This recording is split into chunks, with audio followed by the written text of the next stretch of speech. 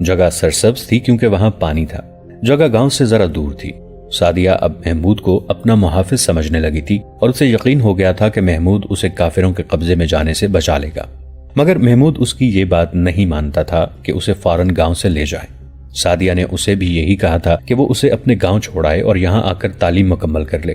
محمود اسے بتا نہیں سکتا تھا کہ اس کا گاؤں مصر کے دوسرے سرے پر ہے جہاں وہ اتنی جلدی نہیں جا سکتا۔ اس نے اپنے جاسوسی کے فن کے مطابق یہ یقین کر لیا تھا کہ سعدیہ دشمن کی آلائے کار نہیں۔ اگر محمود کے راستے میں فرض حائل نہ ہوتا تو وہ کبھی کا سعدیہ کو وہاں سے لے جا چکا ہوتا۔ فرض کے علاوہ امام مسجد اس کے محکمے کا افسر تھا، جس کی موجودگی میں وہ اپنے فرض میں کوتاہی نہیں کر سکتا تھا۔ امام نے اسے یہ بھی کہا تھا کہ وہ اس کے ساتھ رہے، اس کا کہنا حکم کی حیثیت رکھتا تھا۔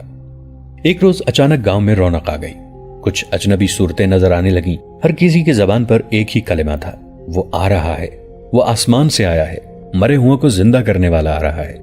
گاؤں کا ہر فرد بہت ہی خوش تھا، وہ کہتے تھے کہ ان کی مرادیں پوری کرنے والا آ رہا ہے۔ سعدیہ دوڑتے آئی اور محمود بن احمد سے کہا، تم نے بھی سنا ہے کہ وہ آ رہا ہے؟ تم جانتے ہو میں اس سے کیا مانگوں گی؟ میں اسے کہوں گی کہ محمود مجھے فوراً یہاں سے لے جائے، پھر تم مجھے لے جاؤ گے۔ محمود کچھ بھی جواب نہ دے سکا۔ اس نے ابھی تک اس پر اسرار آدمی کو نہیں دیکھا تھا جسے لوگ پیغمبر تک کہتے تھے۔ محمود کی ڈیوٹی کے علاقے میں وہ پہلی بار آ رہا تھا۔ اس کی کرامات اور معجزوں کی کہانیاں اس علاقے میں کبھی کی پہنچ رہی تھیں۔ محمود باہر نکل گیا تو اجنبی لوگوں میں اسے اپنے دو ساتھی جاسوس نظر آئے۔ ان کا علاقہ کوئی اور تھا۔ محمود نے ان سے پوچھا کہ وہ اس علاقے میں کیوں آ گئے ہیں۔ انہوں نے بتایا کہ وہ اس غیب دان کو دیکھنے آئے ہیں، مگر وہ جاسوسوں کی حیثیت سے نہیں آئے تھے بلکہ اس سے پوری طرح متاثر تھے۔ انہوں نے اس کی کرامات کسی جگہ دیکھی تھیں جو انہوں نے محمود کو ایسے انداز سے سنائیں کہ وہ مرعوب ہو گیا۔ دونوں اس غیب دان کو برحق سمجھنے لگے تھے۔ محمود نے سوچا کہ علی بن سفیان کے تربیت یافتہ جاسوس جس سے متاثر ہو جائیں وہ برحق ہو سکتا ہے۔ محمود اس سرسبز جگہ کی طرف چلا گیا جہاں سعدیہ بکریاں اور اونٹنیاں چرانے کے بہانے اسے ملا کرتی تھی، مگر وہاں کچھ اور ہی گہما گہمی تھی۔ اسے دور ہی دو آدمیوں نے روک لیا اور کہا کہ خدا کا بھیجا ہوا پیغمبر آ رہا ہے، یہ جگہ اس کے لیے صاف کی جا رہی ہے، وہ یہیں قیام کرے گا۔ اس نے دور سے دیکھا کہ ایک ٹیلے میں غار سا بنایا جا رہا تھا اور جگہ ہموار کی جا رہی تھی۔ اب وہاں کسی کو جانے کی اجازت نہیں تھی۔ گاؤں کے لوگ کام دھندہ چھوڑ کر وہاں جمع ہو رہے تھے۔ اجنبی آدمی جو اس جگہ صفائی وغیرہ کا کام کرتے تھے باری باری آ کر لوگوں کو اس کے معجزے سناتے تھے۔ لوگ مسرور اور مسحور ہوئے جا رہے تھے۔ رات کو بھی لوگ وہاں کھڑے رہے۔ ان کی عقیدت مندی کا یہ عالم تھا کہ مسجد میں کوئی بھی نہ گیا۔ دوسرے دن کی ابھی صبح طلوع ہوئی تھی کہ لوگ پھر وہیں پہنچ گئے۔ انہیں دور ہی روک لیا گیا تھا۔ رات کے دوران اجنبی شہروں میں اضافہ ہو گیا تھا۔ یہ لوگ وہاں گڑھے بھی کھود رہے تھے۔ ان کے ساتھ چند اونٹ تھے جن پر بہت سارا سامان لدا ہوا تھا۔ یہ سامان کھولا جانے لگا تو انہیں بہت سے خیمے نظر آئے جو کھول کر نصب کیے جا رہے تھے۔ شام گہری ہونے لگی، راتیں تاریک ہوا کرتی تھیں۔ چاند رات کے پچھلے پہر ابھرتا تھا۔ اس غیب دان کے متعلق بتایا جاتا تھا کہ صرف تاریک راتوں میں لوگوں کو اپنا آپ دکھاتا ہے۔ شام کے بعد بھی گاؤں کے لوگ وہاں موجود رہے۔ ایک طرف گاؤں کی عورتیں بھی کھڑی تھیں جن میں سعدیہ بھی تھی۔ جو جگہ آنے والوں کے لیے صاف کی جا رہی تھی وہاں مشعلیں چل رہی تھیں۔ دو آدمی ان چند لڑکیوں کے پیچھے سے آئے جن میں سعدیہ تھی۔ لڑکیاں انہیں دیکھ نہ سکیں۔ سامنے سے 3-4 آدمی آئے۔ یہ اجنبی لوگوں میں سے تھے۔ لڑکیوں کے قریب آ کر انہوں نے لڑکیوں سے کہا، تم یہاں سے جاتی کیوں نہیں؟ اور وہ لڑکیوں کو ڈرانے کے لیے ان کی طرف دوڑے۔ لڑکیاں بھاگ اٹھیں اور بکھر گئیں۔ کسی نے پیچھے سے سعدیہ کے اوپر کمبل پھینکا۔ 2 مضبوط بازوؤں نے اسے کمر سے دبوچ لیا۔ ایک ہاتھ سے کسی نے اس کا منہ بند کر دیا۔ اسے کندھے پر اٹھا کر کوئی دوڑ پڑا۔ ایک تو تاریکی تھی اور دوسری لڑکیاں بھاگ رہی تھیں، اس لیے کوئی بھی نہ دیکھ سکا کہ سعدیہ کو کوئی اٹھا لے گیا ہے۔ دوسری صبح جیسے طوفان آ گیا ہو۔ گاؤں کے لوگ چراگاہ کی طرف دوڑ پڑے۔ ایک ہجوم چلا آ رہا تھا۔ اس کے آگے آگے 16-17 اونٹ تھے۔ ہر اونٹ پر نہایت خوبصورت پالکی تھی۔ ہر پالکی کے پردے گرے ہوئے تھے۔ وہ ان میں کہیں کسی پالکی میں تھا۔ آگے آگے دف اور شہنائیاں بج رہی تھیں۔ بعض لوگ وجد آفرین گونج میں کچھ گنگناتے آ رہے تھے۔ اونٹوں کی گردنوں سے لٹکتی ہوئی بڑی بڑی گھنٹیوں کا ترنم اسی موسیقی کا حصہ معلوم ہوتا تھا۔ ہجوم میں کوئی شور شرابہ نہیں تھا، ہر کسی پر تقدس کا رعب طاری تھا۔ یہ مریدوں اور عقیدت مندوں کا جلوس تھا جو معلوم نہیں کہاں کہاں سے اس کے ساتھ چلے آ رہے تھے۔ ایسی فضا پیدا ہو گئی تھی جیسے پالکیوں والے اونٹ آسمان سے اتر رہے ہوں۔ یہ قافلہ سرسبز جگہ چلا گیا۔ وہاں ٹیلے زیادہ تھے۔ ایک جگہ بہت سے خیمے نصب کر دیے گئے تھے۔ ان میں ایک خیمہ خاصا بڑا تھا۔ تمام لوگوں کو دور ہٹا دیا گیا پھر کوئی نہ دیکھ سکا کہ پالکیوں میں سے کون نکلا اور کہاں غائب ہو گیا۔ عقیدت مندوں کا ہجوم دور ہٹ کر بیٹھ گیا۔ سعدیہ کے گاؤں کے لوگ ان سے اس مقدس انسان کی باتیں سننے لگے۔ انسانی فطرت کی یہ خاصیت ہے کہ انسان جس قدر گنوار اور پسماندہ ہوتا ہے وہ اتنا ہی سنسنی پسند ہوتا ہے۔ وہ باتوں میں سنسنی پیدا کرنے کی کوشش کرتا ہے۔ یہی کیفیت وہاں پیدا ہو گئی تھی۔ امام بھی اس ہجوم کو دیکھ رہا تھا اور محمود بھی۔ وہ ابھی کوئی رائے قائم نہیں کر سکتے تھے۔ انہیں قاہرہ سے یہ ہدایت ملی تھی کہ سرحدی علاقے میں کوئی نیا عقیدہ پھیلایا جا رہا ہے، اس کے متعلق تفصیلات معلوم کر کے بتاؤ کہ یہ کیا ہے اور اس کی پشپناہی میں کون لوگ ہیں۔ قاہرہ کو ابھی کوئی تفصیلی اطلاع نہیں ملی تھی۔ اس کی سب سے بڑی وجہ یہ تھی کہ جن علاقوں میں یہ پر اسرار آدمی جاتا تھا وہاں کے جاسوس بھی ان کے معجزوں سے مرعوب ہو گئے تھے۔ وہ اس کے خلاف کوئی بات منہ سے نکالنے سے ڈرتے تھے۔ سرحدی دستوں نے بھی ایسا ہی اثر قبول کیا تھا۔ اب اس امام کی باری تھی۔ اسے دیکھنا تھا کہ یہ سب کوئی ڈھونگ ہے، شعبدہ بازی ہے یا کیا ہے۔ اس نے یہ دیکھ لیا تھا کہ لوگ اس کی طرف باتیں سن سن کر اتنے متاثر اور مرعوب ہو گئے ہیں کہ انہوں نے مسجد میں جانا چھوڑ دیا تھا۔ وہ اس کی جھلک دیکھنے کے لیے اس جگہ کے گرد بیٹھے تھے جہاں وہ اونٹ سے اتر کر کسی خیمے میں غائب ہو گیا۔ امام اور محمود وہاں کھڑے تھے۔ سعدیہ کا باپ ان کے پاس آن رکا۔ اس نے پریشانی کے عالم میں یہ بتایا کہ سعدیہ رات سے غائب ہے۔ لڑکیوں نے اسے بتایا تھا کہ انہیں چند آدمیوں نے سامنے سے آ کر ڈرایا اور وہاں سے بھگا دیا تھا۔ ایک لڑکی نے بتایا کہ اس نے وہاں سے پیچھے 2 آدمی دیکھے تھے، اس سے آگے کسی کو علم نہ تھا۔ باپ سعدیہ کی تلاش میں چل پڑا۔